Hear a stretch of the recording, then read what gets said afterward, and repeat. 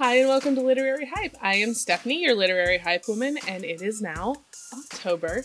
It is spooky season, but with fall also comes a new slate of TV shows on the networks, and one of them is called The Winchesters. It is a spinoff of Supernatural, so since that's premiering, now's a good time to really look back on Supernatural and the joy that those 15 years brought many of the fans. In looking back at Supernatural, I reached out to an author who got to work with the boys. Her name is Lynn Zubernis. She is a psychologist, but she also wrote several books. She started writing books about the fan experience. She wrote books with the boys, including There'll Be Peace When You're Done, which was kind of a look back at the legacy of the show. There's also one called Family Don't End with Blood, which looks at the fan experience and how the show changed people's lives. She's also been part of Dr. Travis Langley's project with supernatural psychology, Roads Less Traveled. She's done a lot. There's so much research that she has poured into fandom and specifically within Supernatural, and we got a little bit of a scoop here on her next project. So without further ado, here is my conversation with Lynn Zubernis from Supernatural Convention in Kansas City. We're at the Supernatural Convention in Kansas City. The show has been off air for several years now. Yeah. What is it about the show that keeps bringing hundreds of fans together at conventions like this? This is the kind of show that is going to take a long time for people to forget. I mean, this show has been so important to so many people that I think these conventions could go on for a long time. It's kind of like a reunion now because people can fans who maybe don't see each other as often can come together and still talk about the show and still see the actors that were in the show. And the cast is just as excited to talk about it still as the fans are. So I don't see that the excitement has really died down at all, honestly.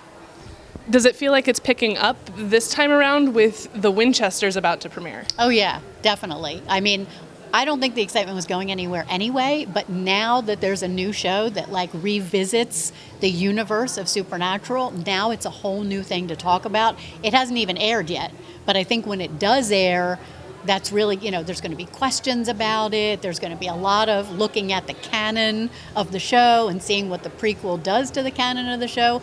It's a little bit controversial because some people are like, how are they going to pull this off? But they're aware of that, so I think they probably will pull it off. So yeah, that's ramped up the excitement. How did you first get into Supernatural?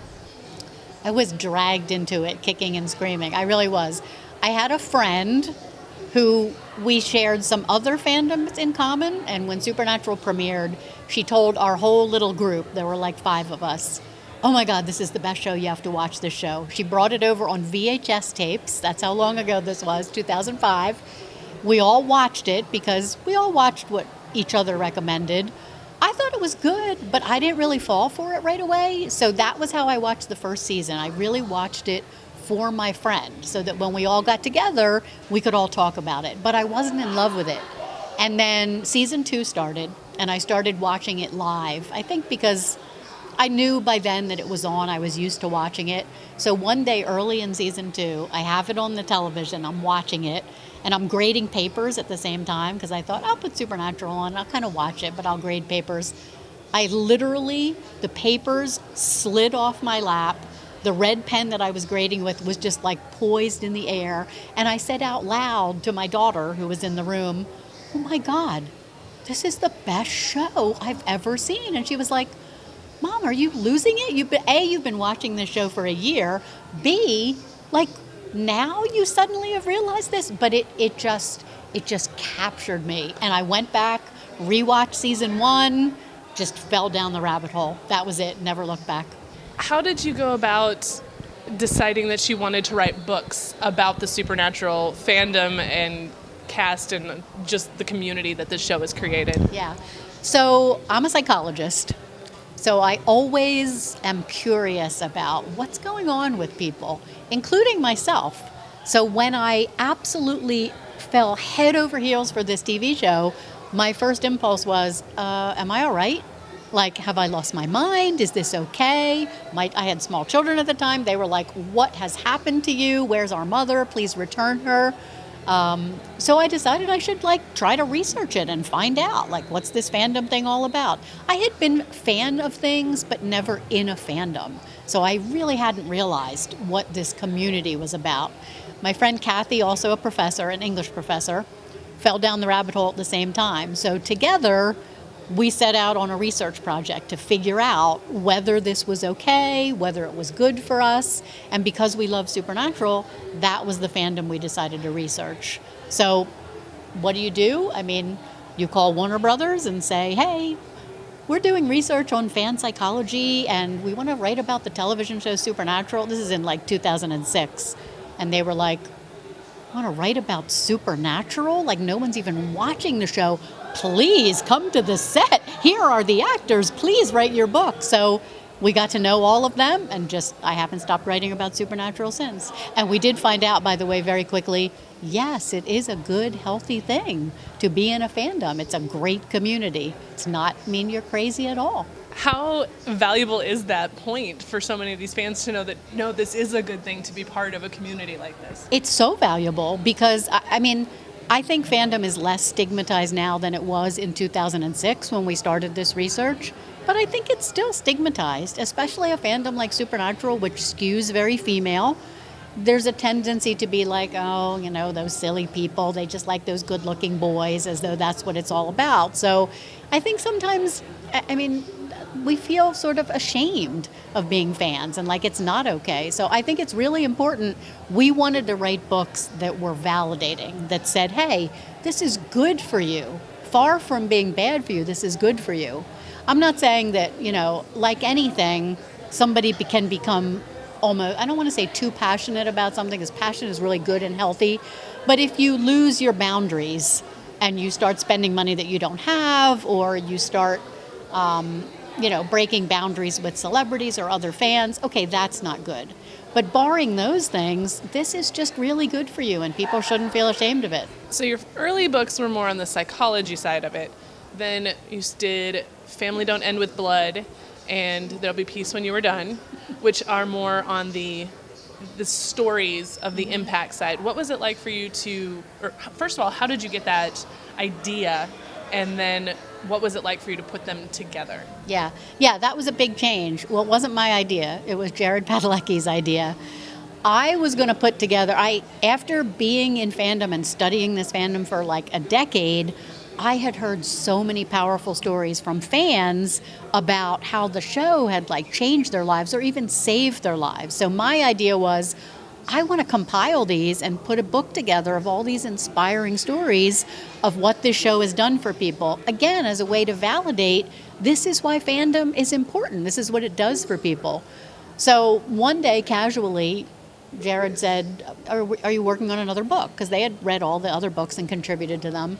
And I said, oh yeah, this is the book I'm going to put together. It's going to be, all these stories about how Supernatural and the spnfamily has changed fans' lives. And he said, well, it's changed my life too. I have a story.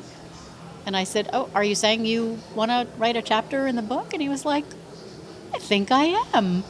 And so then I thought, oh, well, maybe the other actors want to contribute too. So I went around to all of them, honestly thinking maybe some of them are going to be like, no, it hasn't changed my life. It's a job, whatever.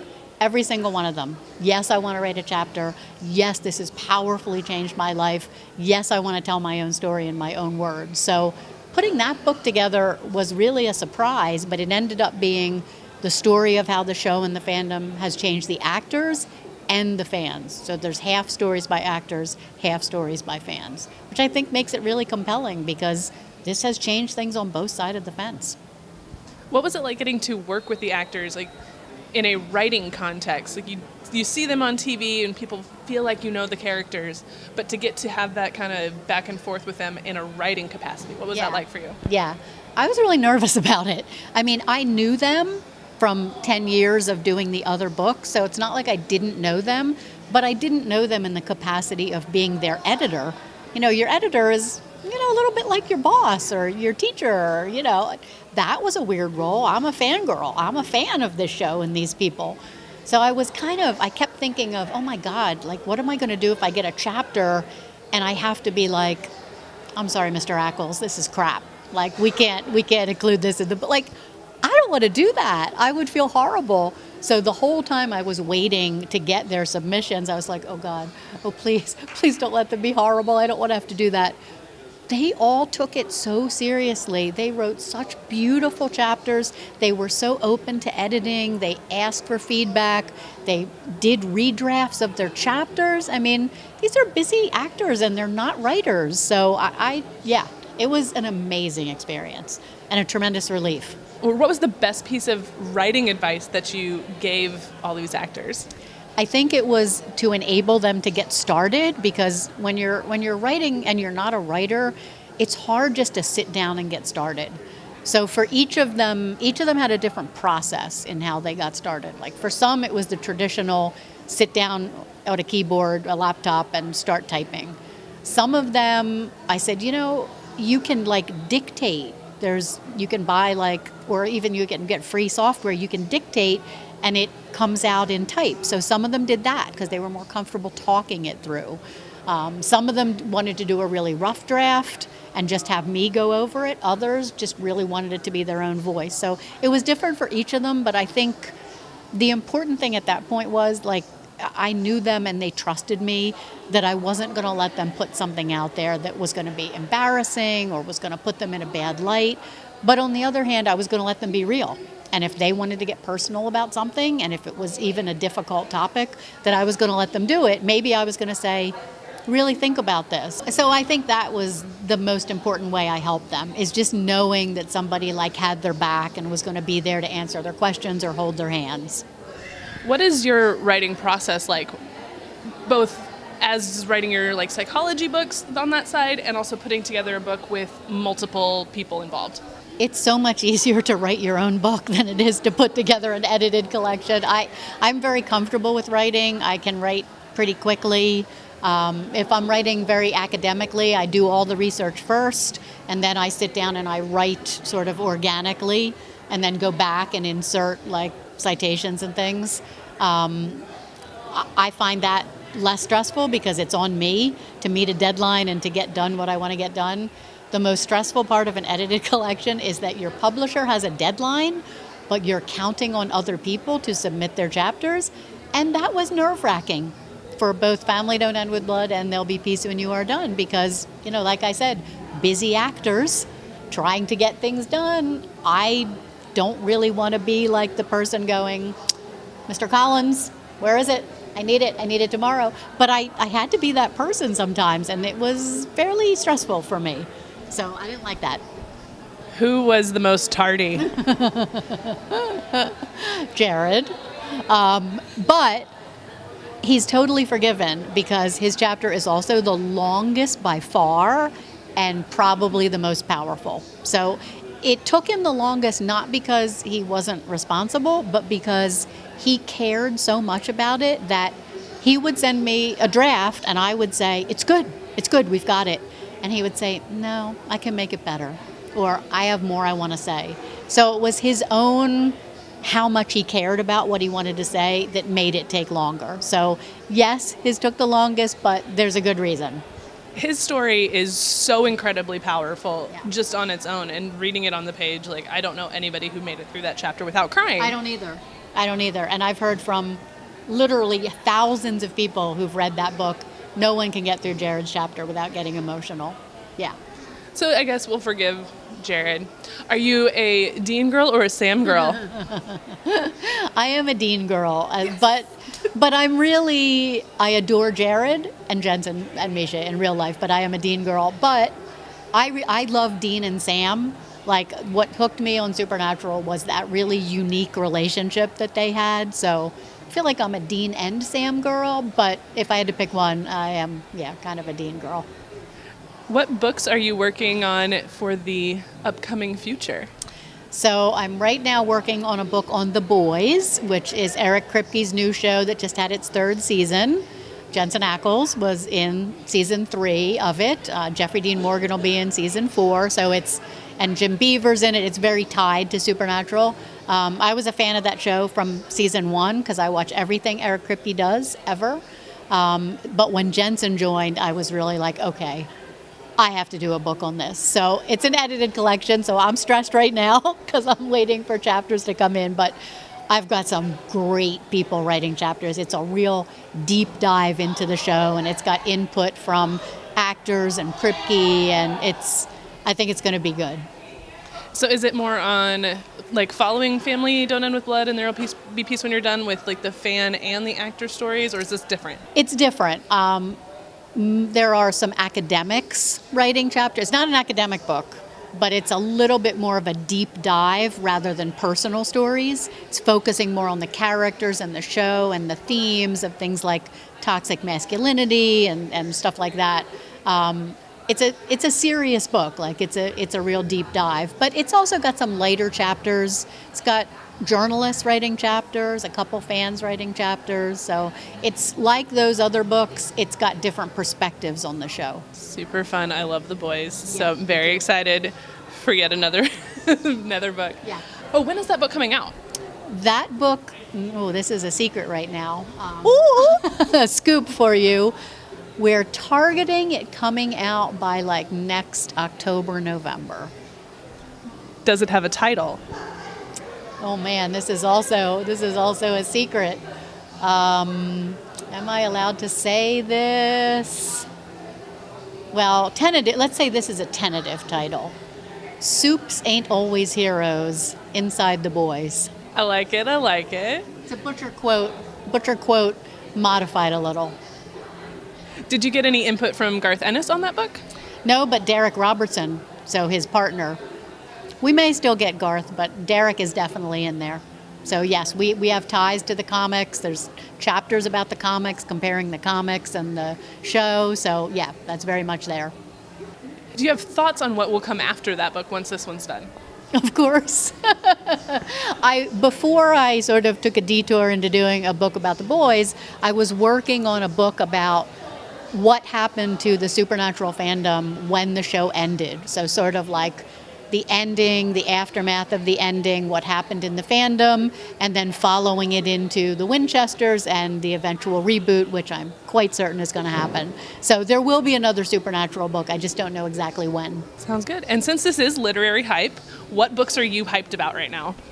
You know, I am so laser focused on what I'm working on that I am not hyped for any books other than the ones I'm working on. I have purposely completely stayed away. I don't even know what's out there. Otherwise, I will never get this done.